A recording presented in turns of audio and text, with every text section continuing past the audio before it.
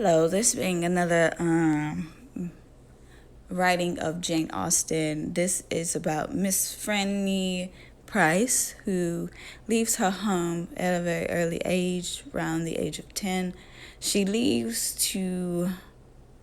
from Port Mouse, and she moves in with her wealthy family to have a good upbringing in that society. Franny Price was raised to be a companion to her cousins, where she lived with four different ones.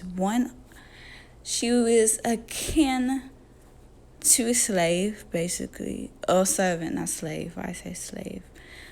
She was akin to a slave. She didn't get treated quite well. The only one person who treated her well. Edmund Bertram, being the cousin that was very kind to her, very considerate, and always treated her well. Within the ranks of her cousins, he was the only one who treated her good. And over a period of time, she grew quite fond of her cousin, which turned into feelings that she had for him. So this kindness that he had for her that no one else could give made her have stronger feelings of, love and wanting to be with him and things like that, of that nature.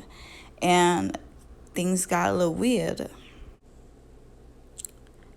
It was weird because her cousin wasn't aware of her affections, wasn't aware of her love for him. But here this Henry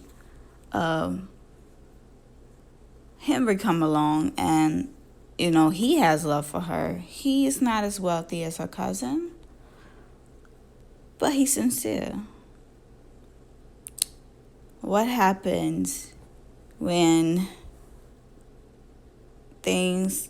she really reveal her truth and tell the truth to her cousin about her true feelings about him? Will she marry and, get involved with Henry, who is sincere, who shows his affection?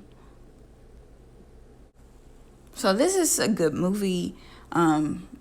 She moves from her actual family early on to live with her wealthy family as a child who raises her. They treat her indifferent.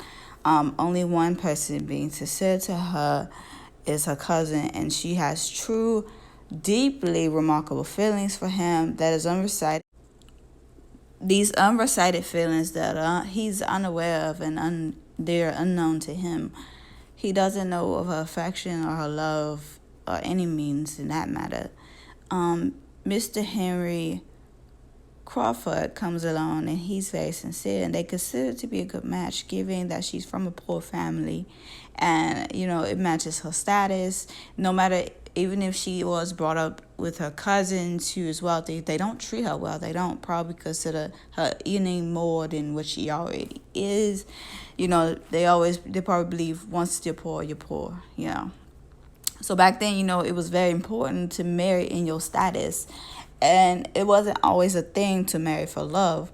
And given it in the time period in the 1800s, where marriages mostly was arranged or exchange of generational wealth or generational abundance, and to keep things in the family and keep things in certain status, most people didn't marry for love. Would she keep her morals? Would she keep her values and be brave enough, bold enough to confess her heart feelings for her cousin?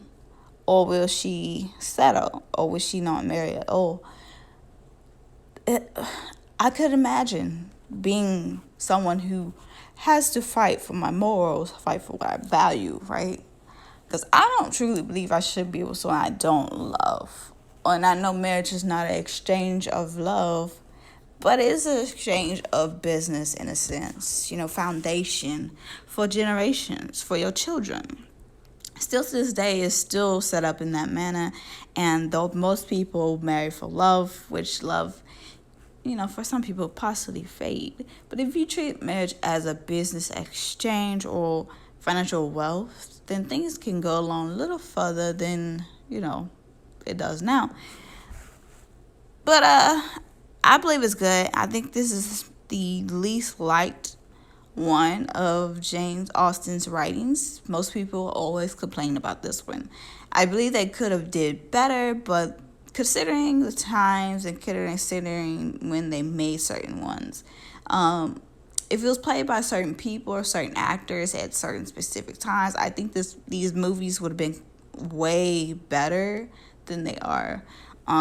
Given this actor plays quite well, she did pretty good. So I hope you guys enjoy Mansfield.